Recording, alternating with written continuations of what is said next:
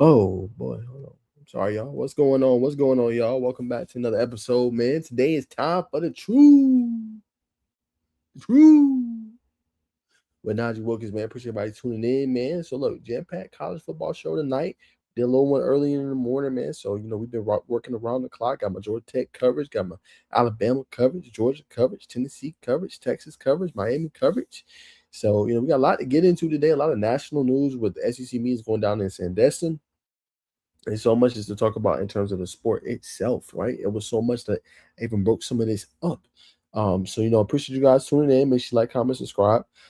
Excuse me, hype up the video. I don't usually go live on Wednesdays. I usually have obviously my show that plays around this time. But things happen. Things happen. So I ain't wanna, do the show, start about 8:15 and then, what I'm saying, not be done to 9 and post it. I was like, let me just come on live, for the one time and see what kind of, what I'm saying, people we get tuned into the show, what I'm saying, and see, who enjoys watching the college football show, man. So without further ado, let's go ahead and get into the nitty gritty, everything that's going on in the sport of college football. Okay. All right. So first is SEC athletic directors, right? We talked a little about this in the video, so I won't harp on this really point too much. But SEC athletic directors were polled about 1-3, and like I said, 9 of the 14 of the directors that were polled that decided to participate in this vote basically said they wanted more than even 16 teams, more than the model that Greg Sankey has. We talked about that obviously the other day. So I think that's obviously very important, and it just shows the kind of dissonance between both parties, right? Commissioner wants this, athletic ADs want this, right? There's not a lot of unity right now in the sport of college football, and I think this is another testament of that. And it'll be interesting to see if they kind of come to a solution, for that. Now, speaking of solutions, we're going to talk about this bipartisan bill. And again, if you guys want to know more of my thoughts on this, I broke all this down. I just don't want to regurgitate what I said before. But I did a whole bunch of videos on my page. Y'all definitely go check that out. But let's talk about this bipartisan bill by Senator Ted Cruz and Maria Cantwell. Okay, this is the Protect College Sports Act, right? It includes a one-time transfer, 5-year eligibility, right? We already know that was in the talks with what Donald Trump, president, had to say. So basically, if you transfer more than once, there's a penalty. You sit out, 5-year eligibility. So basically, what I'm saying, you can get 5 years to play college football, which I think is pretty good, right? Nothing counts against you.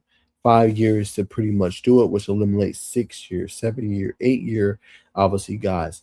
Also, the Lane Kiffin rule, which I love. We need it, right? Preventing coaches from leaving mid-season, right? That was crazy how that all went down towards the end of the season, and there should be no talks and chatter with coaches, to the next school program. They decided to leave, cool, but it should happen after the season. The issue is everything is so convoluted together in college football where there is no off season really for real. And the reason I say that is because okay, the season ends January, the portal is literally going on while there's still playoff games being played, right? So things like that has to be ironed out, right? The regular season, the postseason, maybe starting a week earlier, like all those things have to be ironed out, by the NCAA. You know what I'm saying? So still figuring that part out. But good thing we don't hopefully have to see this ever again with what we saw with Lane Kiffin and the coach and all that. That just was not the move. Third one I really like, ban pro players, right? Including international pro players. Good, right? We really need that in college basketball, right? Because once you go pro, that should be damn it. You shouldn't be coming back to college basketball. You shouldn't be able to come. You got drafted in the NBA, and now all of a sudden I'm gonna go play college ball. Like, what the hell is we doing? Once you go pro, that's it. So I love that they put this rule in there. Hopefully, this goes off into college basketball. It definitely needs to. You know what I'm saying, in my humble opinion. And hopefully, we will see more of this. Right. So those are some of the things that was introduced into obviously this bill, some of the main parameters of the bipartisan bill, and then major key points as well. So we love to see that. We love to see the change. And we love to see obviously the difference, right? And here's a little bit more details via On3 and obviously the reporters. The bill also includes the opportunity for schools to collectively pool rights, a minimum threshold of 75% of the 138 FBS schools must be reached to pool rights. Even if Big Ten and SEC did not sign off and the rest of the FBS did, it would be over 75%. Right? The growing tensions around the CSC enforcement come at a critical time for the future of college sports for the last 5 years and counting. The NCAA and power conferences have lobbied in Washington for congressional legislation. Last week, the SCORE Act died. The NCAA-backed bill would have granted conferences legal protection to enforce transfer movement and cap compensation, but the bill was pulled from markup due to opposition from the Congressional Black Caucus. Okay, so obviously that is some of the details on it. We talked about some of the main points, and there you guys go. There you guys have it. That is the bipartisan bill, and some of those key factors and points I like. You know what I'm saying? The Lane Kiffin rule, the one-time transfer. We got all these players transferring 4 or 5 times in their career, right? And then obviously, with the end of it, you know, let me make sure I got the bill right. The end of it being banning international pro players. Okay, so I like it. I like it. I have no issue with it, and my stance is it been needed to happen. Period. Been needed to happen. All right. Now let's get into this Brendan Sorsby situation, right? Now, again, I'm not about to regurgitate stuff that I said earlier, right? Because we already did a video where we was talking about him getting denied and all that good stuff, and I gave my viewpoint on that. But I want to talk about the hot take from Mr. Paul Feinbaum, right? And a lot of what he's saying is very true, right? A lot of people like obviously it's a polarizing figure, and everybody loves Paul Feinbaum, but I feel like he kept it real with the NCAA and everything that's going on, right? And he basically said, we're talking about the NCAA, the most hypocritical organization in the history of mankind, coming down on somebody for gambling while they have their own side gambling deals and while gambling is pervasive everywhere, right? For those that don't know what pervasive mean it is spread out, right? Pervasive means like it can be penetrable, right? So basically what he's alluding to is this is everywhere, right? There is no, what I'm saying, loopholes or anything like that. Like we're seeing gambling pretty much everywhere. And he's right. Like ESPN promotes it, FanDuel, right? Any of the major networks, Fox, everybody is promoting this. You know what I'm saying? Essentially. And if you are the NCAA, yeah, you don't want to be hypocritical, right? Because it's like, okay, on one end you ban them, right? And then at the same junction, like it's like, oh, well, I can do whatever I want. You know what I'm saying? So it is hypocritical to their point, right? To have people bet. Now, on this standpoint and basis, I stand on what I said earlier, where I think you need to have a finer line, right? There is no fine line in between of what the NCAA can do and obviously what players can do, right? That's the big difference here. Is one end you can do what you want, but on the other end the players can't do that. So that's the part where it's kind of like, what are we really doing here? You know what I'm saying? Why can a player go and let's say he betted on horse racing, you're gonna ban him, fine him, but then if it's NCAA, you know what I'm saying, you could do whatever you want. Like I'm not really with that. That to me needs to be changed, right? So I'm with the NCAA in the standpoint of you shouldn't be gambling on your own sport. Like if you play college football, I would say hell no, right? You shouldn't be able to place bets on your own team, the sport you play. Like no, there needs to be a fine line. But to Feinbaum's point, it is pervasive. It's everywhere. Anywhere you look, you're going to see gambling sites, a whole bunch of stuff. So to his point, I believe definitely he is right. And it's his final season. Yeah, he definitely needs a punishment for sure. The entire season is a lot, but it's also like, what message are you sending? Because then people are looking at you like, oh, well, if he got away with just a 3 game suspension, then it'll be the same for me. Or if he got away with a 4 game suspension, it'll be the same for me. So that's why you're in dangerous territory if you are the NCAA, because it's like, oh, well, if that person get away with it, why can't I? Right? And you have to kind of toe that line a little bit if you're the NCAA, because it's like, oh, well, what do I do now? Right? Like, I have to be careful the president I set because that's what it's going to be expected to be every time, right? So to Feinbaum's point of, oh, okay, yeah, 3 game suspension perhaps, but at the same time, it's like that's a dangerous precedent to set for gambling. Because is it going to be that every time, or will it change each time? So that's kind of like my standpoint on that a little bit. So it's a lot. I would definitely say he should miss a good amount of the season. I would say probably half of the games this upcoming season because it's just like, bro, yes, he got the help. Yes, he went through the treatment. Yes, he did what he's supposed to do for his anxiety disorder. But at the same time, like, what are we really promoting here, right? But if you're the NCAA at the same token, you can't be hypocritical, right? You can't do one thing and then have your players or have programs do something else. It has to all align, right? And that's the problem right now. Nothing's aligning. Nothing's in unison. Everything is dissonance. Everything is varying thoughts, right? Nothing is together, which is why we're in this problem to begin with. All right. So that is the legally binding terms. Enough of those. Let's go and get to the nitty gritty of why everybody came and talk about some of these matchups. Okay. And I'm super excited, man. So we're gonna blow this up just a little bit so everybody can take a quick peek at this. We already knew about Clemson, LSU, Baylor, Auburn. Obviously, some major games. We know about Louisville and Ole Miss. You know what I'm saying? That'll be another big game as well. But this is the one I'm interested in. Arizona State at Texas A&M, Big 12 versus the SEC. That would be an interesting game. What does the era look like for Kenny Dillingham after Sam Leavitt has left? No more Jordan Tyson, no Malik Brown anymore. This is a whole new look team and roster.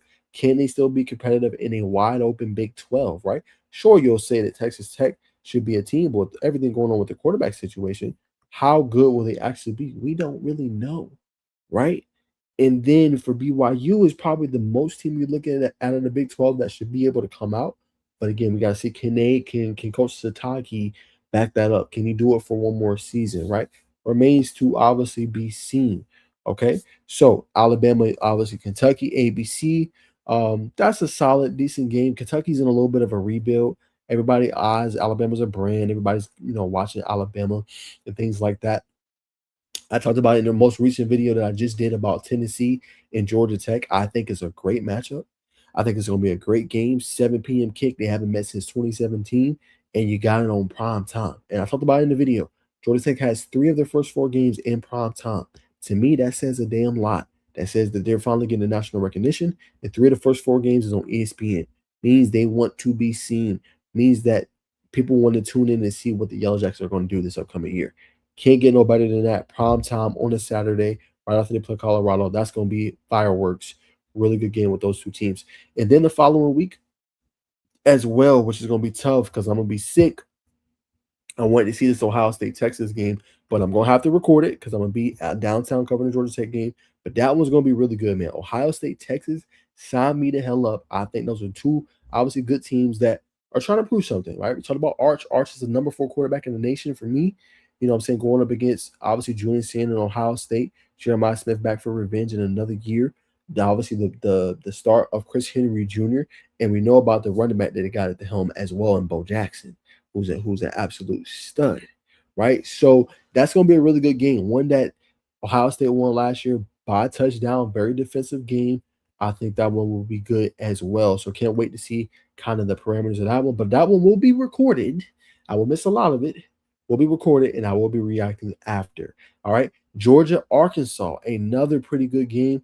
Arkansas obviously is a team that's moving in a different direction, right? New, obviously, head coach at the helm, new quarterback, new system, new team. They're going to look a lot different than in years past, right? And then going with Ryan Silverfield, I believe, is their head coach. It's going to look a little different down there in Fayetteville, Arkansas, right? With the Georgia Bulldogs, who everybody's seeing has a national championship roster, very deep at a lot of different positions, and a team that's ready to go with Gunnar Stockton, who I think is a very underrated quarterback that people don't talk about nearly enough. Then you have Kentucky, Texas A&M. That one's decent, solid. We'll see, obviously, what happens there. That would be very intriguing to say the least. And then you got LSU, Ole Miss. That one's get your popcorn ready.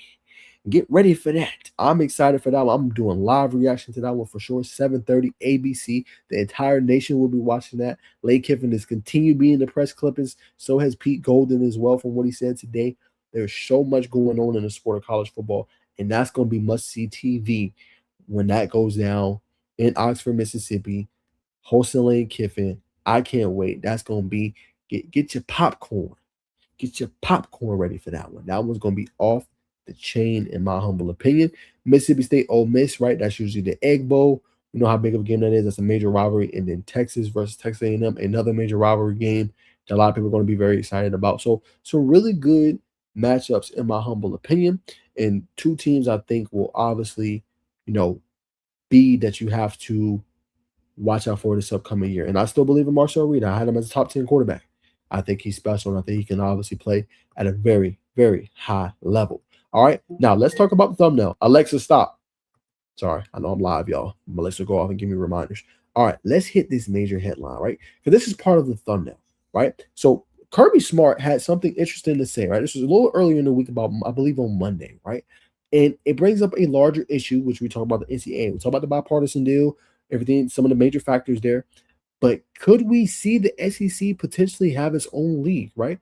Now, there's been people out there that have said the SEC could potentially, they could see foreshadowing, see that it breaks up, you know what I'm saying? Because there's so many other sports out there. And Kirby has been obviously advocate and has talked about this a little bit, saying, I'm worried about the other sports, right? Because they're spending so much money, right? I think you look at most of the SEC rosters, it's $30+ million,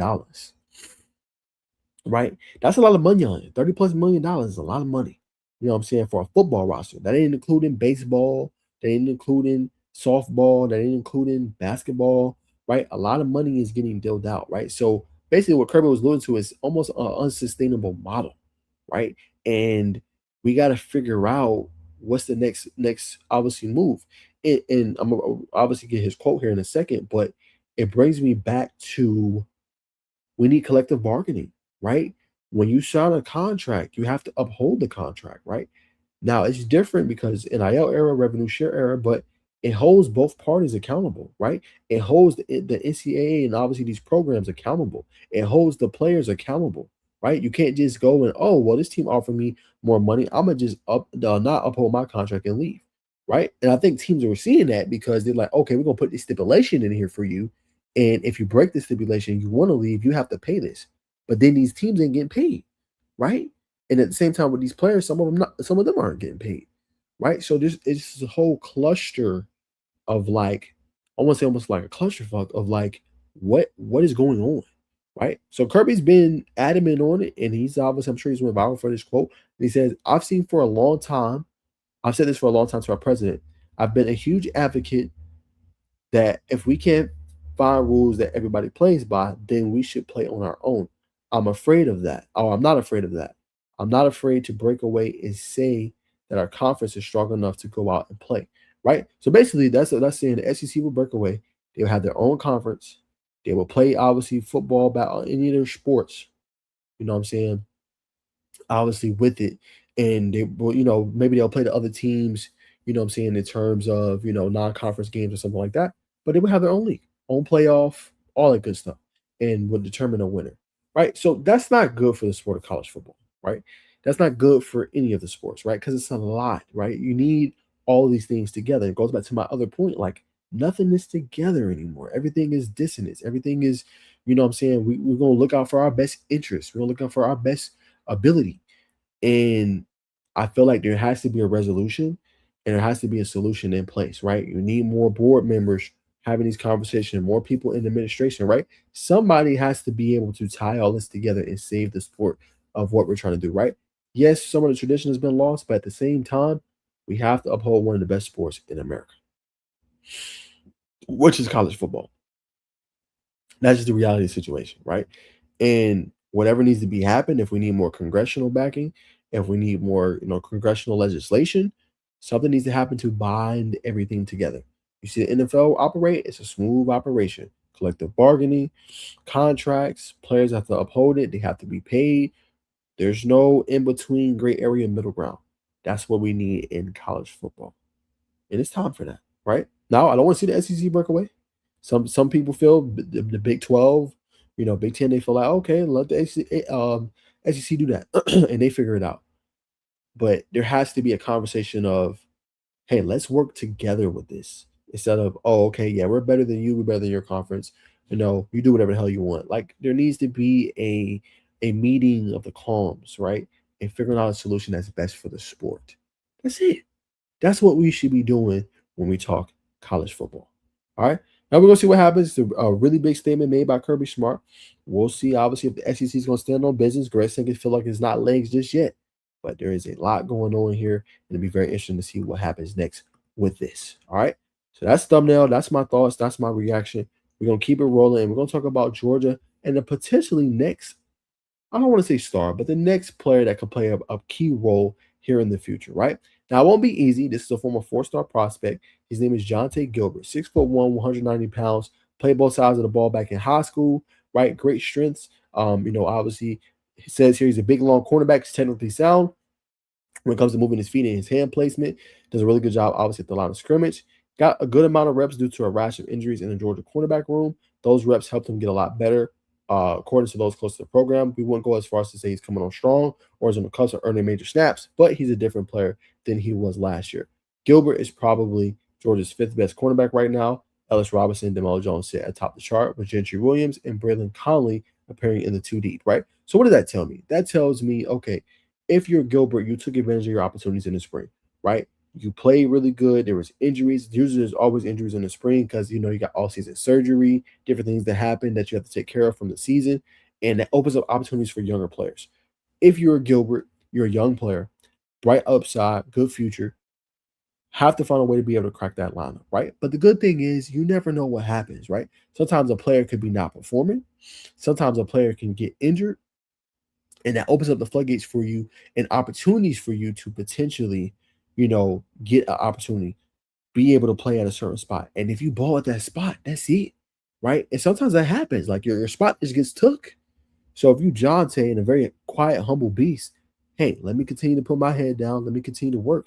And if my opportunity is there, I'm gonna take full advantage of it.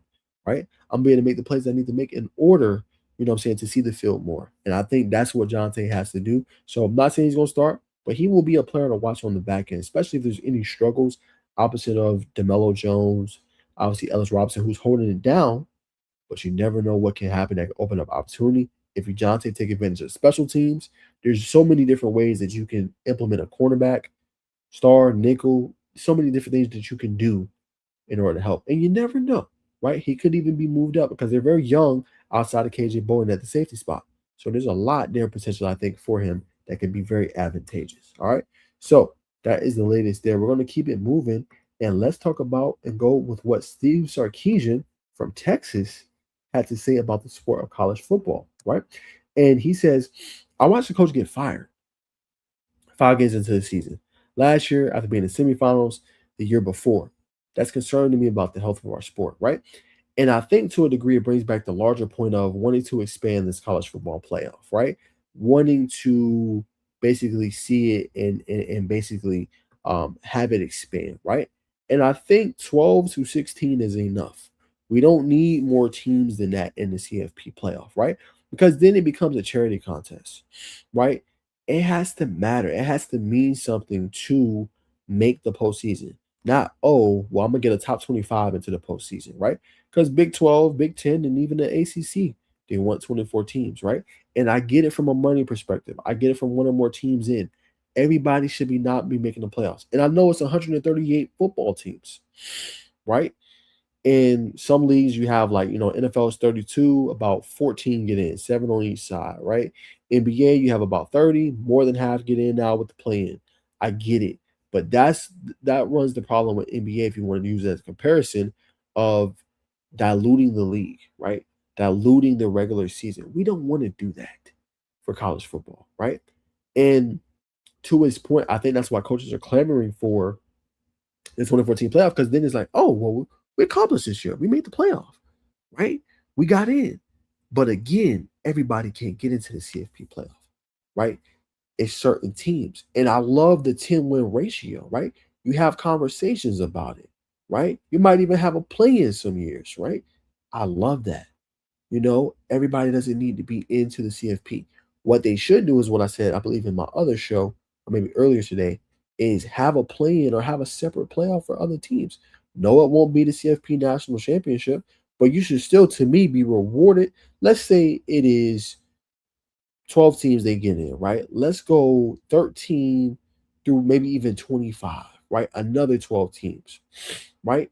Put them in a whole separate bracket, you know what I'm saying? And allow them to play. No, you didn't get in, but you can still crown a potential champion if they want to play, if you want to participate, and you still have something to potentially play for, right? To make things interesting. I'm not saying that's going to happen, y'all. This is just my thoughts. This is my opinion. This is what I think, right? But it makes it at least entertaining. It makes it at least fun to watch. And it's like, oh, yeah, we playing for something, right? We have something that we can tune into, right?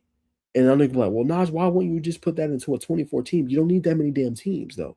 It has to be exclusive, but then you still at least give those 13 through 25 opportunity to play for something, right? It just won't be for a national championship. It'll be for another trophy, right? So that's just a thought. Again, not everybody's going to be with that. Everybody's going to like that. It's okay. But at the same time, I think 24 teams is too much. It's going to be like where, oh, like Georgia lost to Ole Miss. No, they're fine. It's 24 teams. They should get in. No, no, we don't need that many teams. And it goes back to my earlier point. Like we have so much disconnect on this where one party wants this, the other party wants this, right? How do we come to an agreement? How can we concur? There's no concurrent right now in college football. That's the problem, right? So to his point, I don't think that's fair. Like if you don't make the CFP, it's only 12 teams that can go over 138. Everybody's not gonna have a great year. But we have already done it to a degree of lesson like, oh, if you don't make the playoffs, oh, it wasn't a good year. Like winning 10 games is great. You lost two. Even if you win 9 games, that is great. You know, everybody's not going to win every single year. That's impossible. You know, some years Georgia might have your number. Some years Texas might have your number. Some years there might be Texas A&M year. You just don't know. And there's only one damn champion every year. So I get one more teams to get in, but at the same time, we have to think about the sport and all the importance, obviously, of that. All right. Now let's bring up another point that was brought up, obviously, by Steve Sarkisian, and this one we're going to just read out loud. He says, "I love the SEC championship game. I think it's a special game. It's a special moment for two teams that have the opportunity to play in that game. Clearly, the fans love it. The viewership is incredible for that ball game. I will tell you, when we won the SEC championship in 2020, that was the COVID season. Some will argue that the celebration was as big or better than when we won the national championship later in the year, because of just how hard it is to win this conference. In that year in COVID, it was an SEC only schedule. And so that made it even more gratifying, Sarkisian said. I think this year is going to be very similar to that with us going to non-conference games now, and the teams that can come out of the gauntlet of playing non-conference games and have opportunity to play for SEC championship in that game. I think it'll be special. And so I'm hopeful that we can maintain that game. Now, obviously, to his point, I love that, right? I would love to see a 12-team playoff, right? I mean, not 12 team, I'm sorry.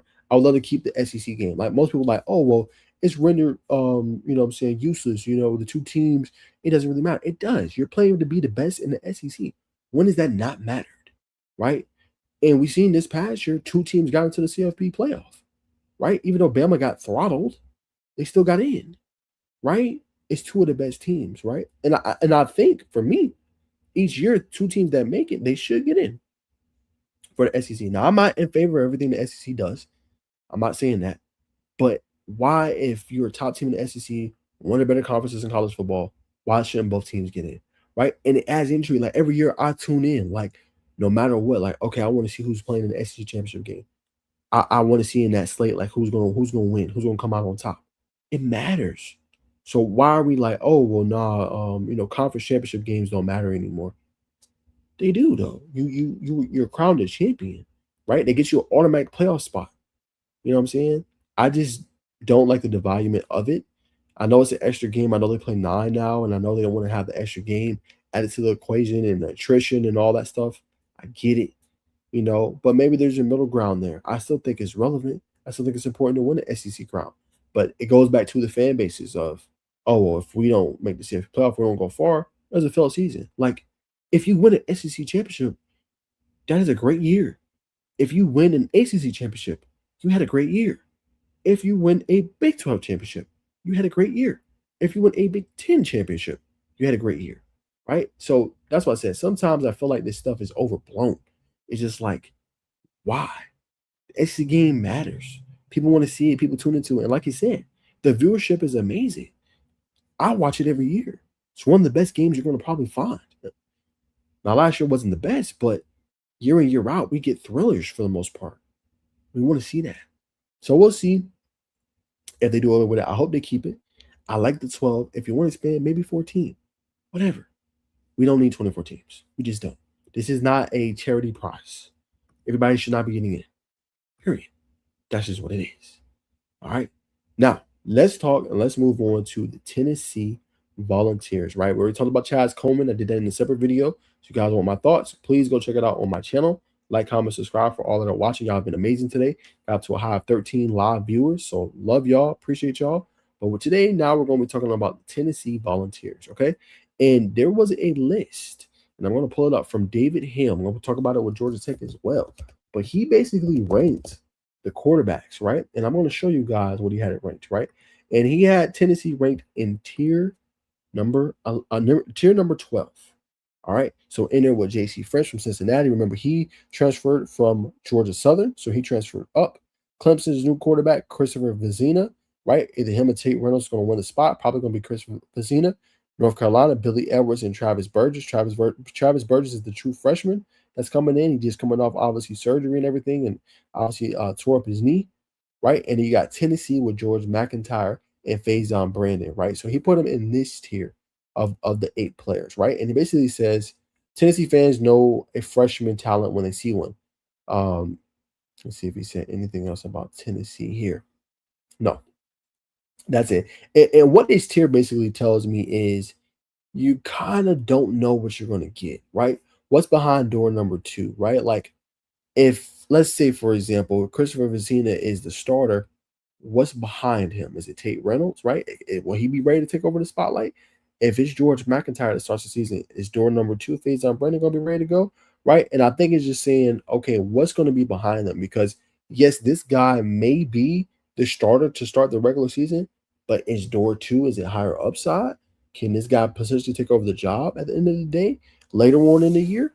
I think that's what that's saying there for the Tennessee Volunteers. And from what I've heard, we'll see what happens. Still QB competition, but I feel like at this point, if George McIntyre hasn't separated himself, you got to go with the guy, Faison Brandon, right? He's done a lot.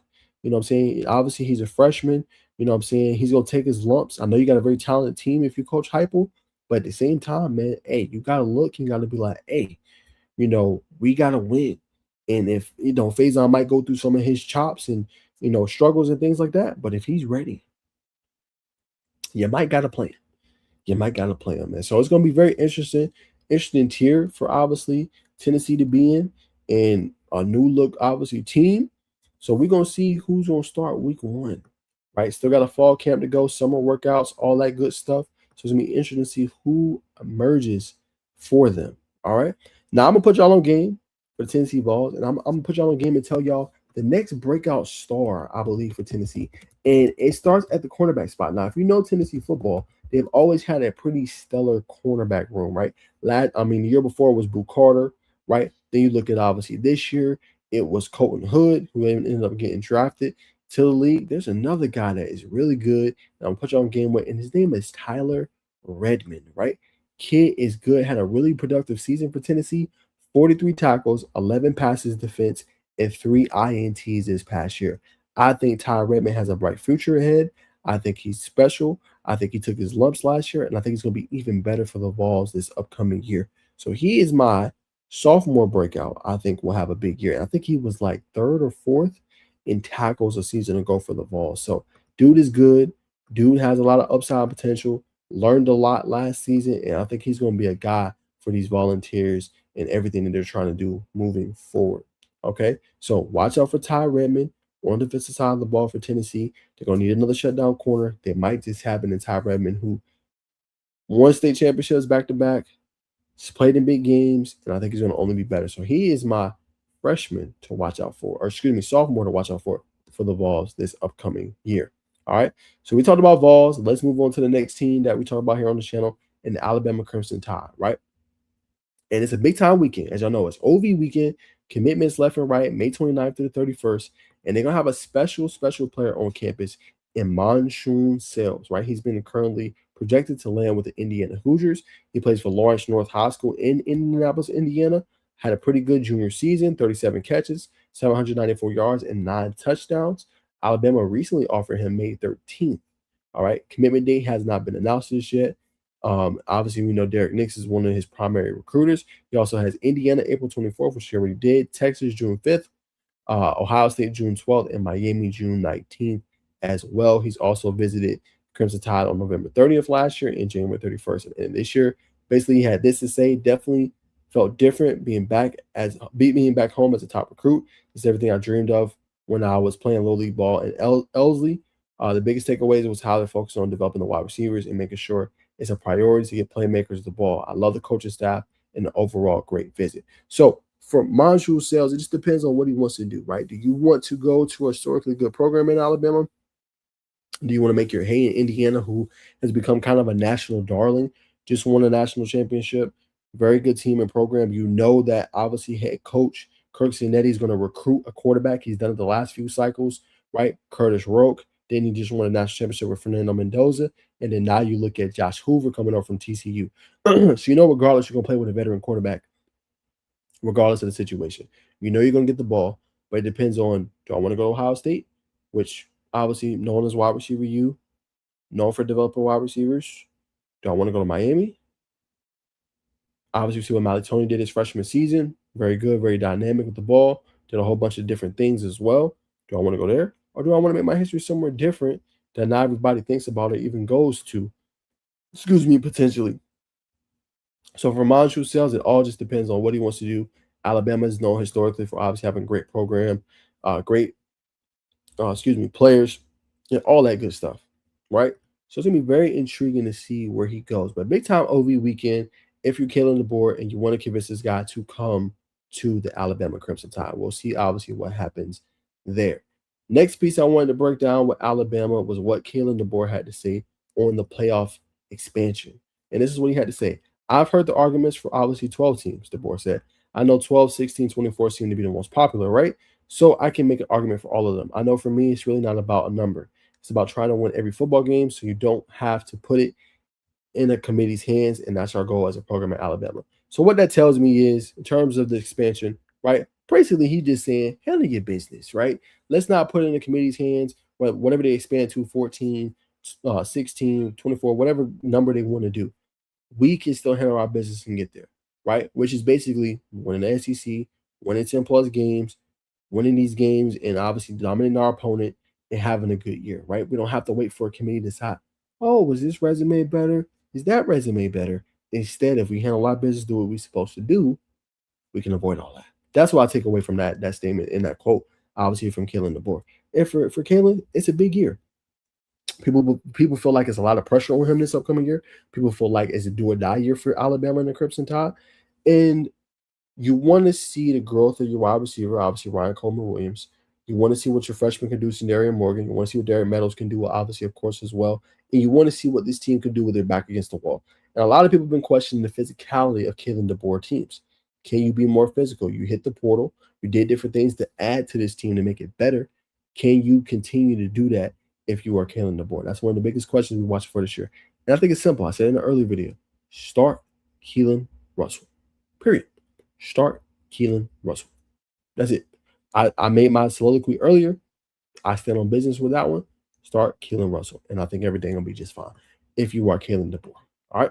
All right. Let's keep it rolling. We're going to hit our next team that we cover a lot on the channel, which is the Georgia Tech Yellow Jackets. Just did a video, but I'm going to give y'all the next breakout offensive lineman, which I believe is Jamison Riggs, right? I like what he can do.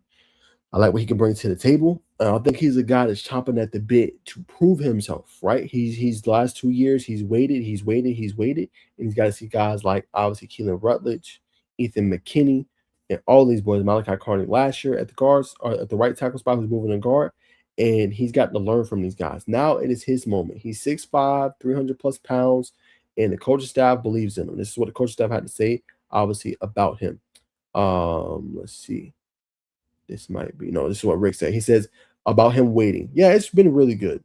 I needed that time though, for sure. I came in here and I wasn't ready. I needed to develop mentally, which was a big thing for me, and that confidence in playing my game in the right way. But it's really good. I'm really enjoying the spring so far.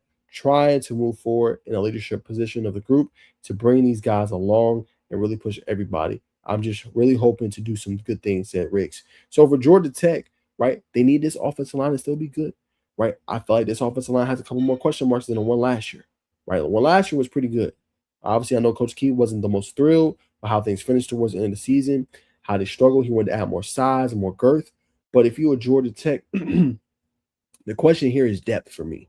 Right, outside of the starting five, which looks like it's probably going to be, if things can change, Probably going to be Ethan McKinney, Kevin P, Joseph Ionata, Malachi Carney, and then obviously Jamison Riggs, right? Which is a solid starting five, but they have not played together. So that has to gel, right? That has to come together. That has to be good.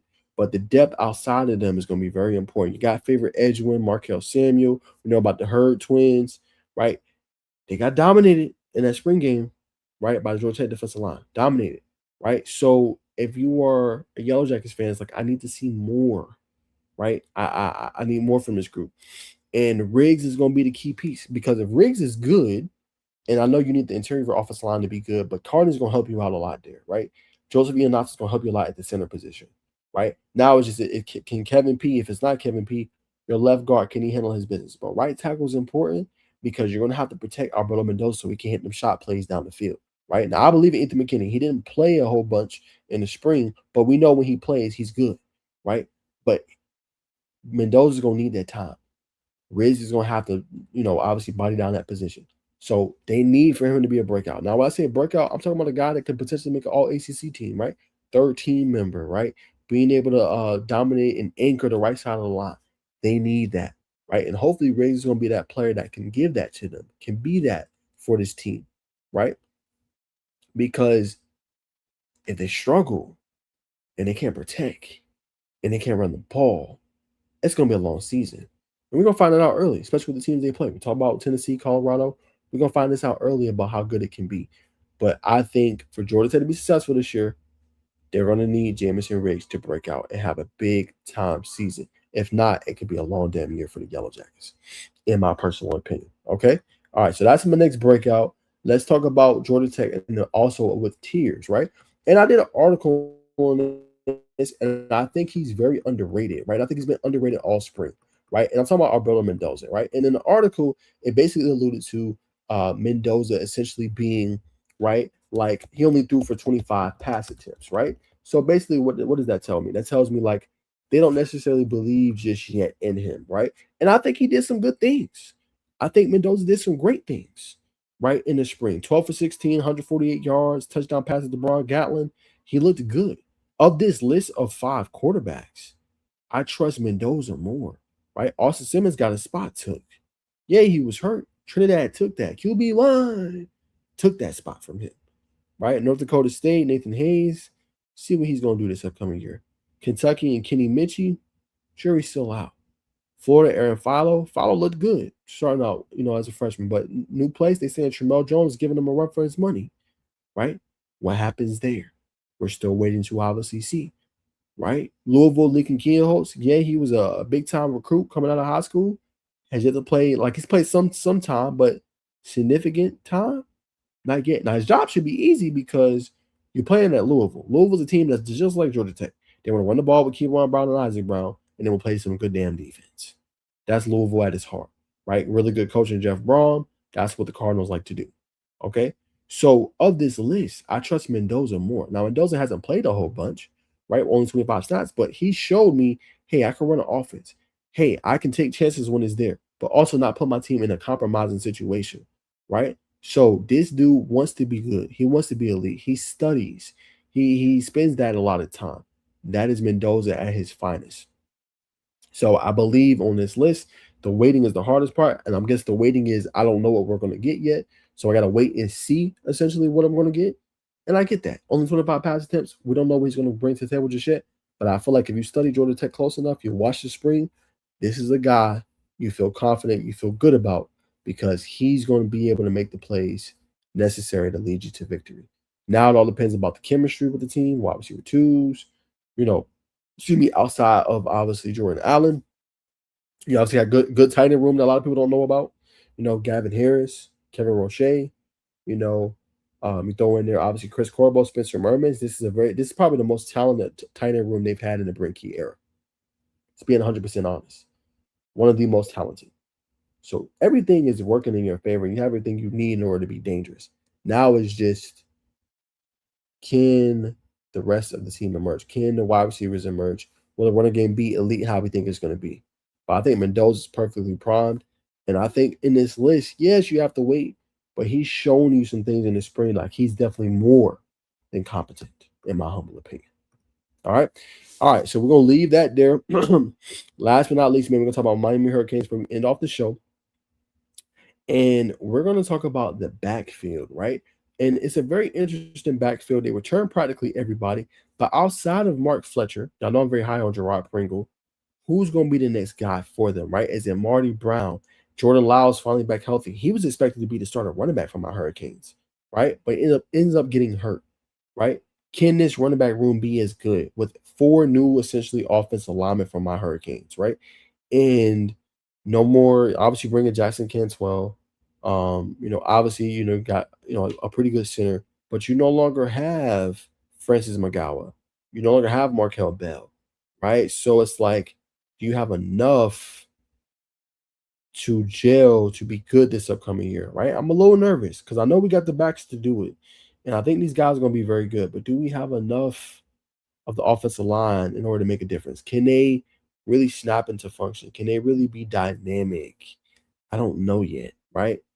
And it's a wait and see game for my offensive line. It's a wait and see game. But I believe the running backs are talented enough where you can have three backs, two over 1,000, one at 800 yards, and maybe even a fourth at 600, right? And I think it's going to be key this year. We've seen like towards the end of the season, right? We saw that Mark Fletcher was getting a lot of the boatload, the totes, right? But you want to keep him fresh. Coming back senior season, you want to keep him fresh. So Pringle and Lyle and Brown, right? You need these guys to come in and help, right? And be able to kind of keep him fresh throughout, right? If going through the season, if Fletcher has about 10 to 15 carries, I feel good a game, right? We want to conserve him for the playoffs because remember, we went on a 4-game playoff run, you know what I'm saying? And he took a boatload of those carries. So we don't want him to get tired out or get nicked up and knocked up. We want him to be able to get through that period. So that's going to be very important for my program and for our team is the depth of the running back and can the offensive line gel enough in order to create those holes? Because we know they're explosive, but can they be good enough to create those holes? Going to be very interesting. And keeping it obviously on this, last thing I want to talk about is the next breakout player, I think, for the Miami Hurricanes. And I'm going to go Bryce Fitzgerald, right? I like what he brings to the table. I think he's dangerous. I know last year he had a pretty good freshman campaign. Sometimes he had a sophomore slumps. But I believe this is a guy that can make some plays. He was very highly rated on Pro Football Focus. Safety, did some good things last year. I think he's going to have another big time year, and they're going to need it now. No longer having obviously their standout safety anymore. They're going to need somebody else to obviously step up. And Bryce Fitzgerald showed some glimpses of what he can do and what he can bring to the table. But they're going to need more of it. You know what I'm saying? If they're going to do it and be dangerous next season. So that is my next breakout player for obviously my Miami Hurricanes in 2026. Okay. So that is pretty much the show. Appreciate y'all tuning in. Y'all been active throughout, getting in and out. You know what I'm saying? And I definitely appreciate that. Last thing we're going to talk about before we wrap up the show is what Pete Golding had to basically say on tampering accusations from Clemson. And I ain't going to lie, Pete Golding's been saying no business. He's basically like, y'all expose me. Y'all get me out there. I'm going to expose the whole damn thing, the whole system. You don't know about everything, right? And he's basically said, I'm not going to sit up here and say whatever we did or we didn't do. Was it right or was it wrong? But when you go through what we went through with tampering and what you're seeing day in and day out, some things you feel like shouldn't matter that they're making a big deal about. So he feels like it shouldn't matter that we were tampering and was contacting and doing those things with their former player who ended up a former Clemson player who became an Ole Miss player, right? And some people feel like Dabble's on the line with obviously bringing this up, but I feel like tampering is all around the sport, right? Like Miami tampers. I love my program and my team. There's no way we didn't tamper to get Darian Minson, right? There's no way certain of these teams didn't tamper. Texas didn't tamper to get Hollywood Smothers, right? It happens. I'm not saying I'm for it, but it goes back to the NCAA staring in your face, like legislation, having things in place. When you do these things, you get punished. And basically, Pete Golden was just like, are you mad at us about something that's going around everywhere, right? But you want to call us out for it? It is what it is. We're not going to agree to it. We're not going to disagree to it. But you should be mad and make a big deal out of other people, not just us. That's what I take from that quote, right? So it's an interesting spot. NCAA definitely has to do something. More congressional, obviously, hearings and more congressional legislation is going to be important. But I think it's very interesting to say at least he had this type of response to Dabo Swinney and obviously the temperament issues as well. But I think we're gonna see more coaches call it out for what it is. Call out the BS, call out the different things that's going on in the sport. I think you're gonna probably see eventually, hopefully, more change. But we'll see obviously what happens there, man. But I appreciate everybody tuning in, man. I love y'all. Y'all was tapped in, man. I usually record this show. But let me know, excuse me, in the comments, y'all want to see more of this live. You know what I'm saying? Because y'all was very active. Y'all was very active today on my lives. I love that.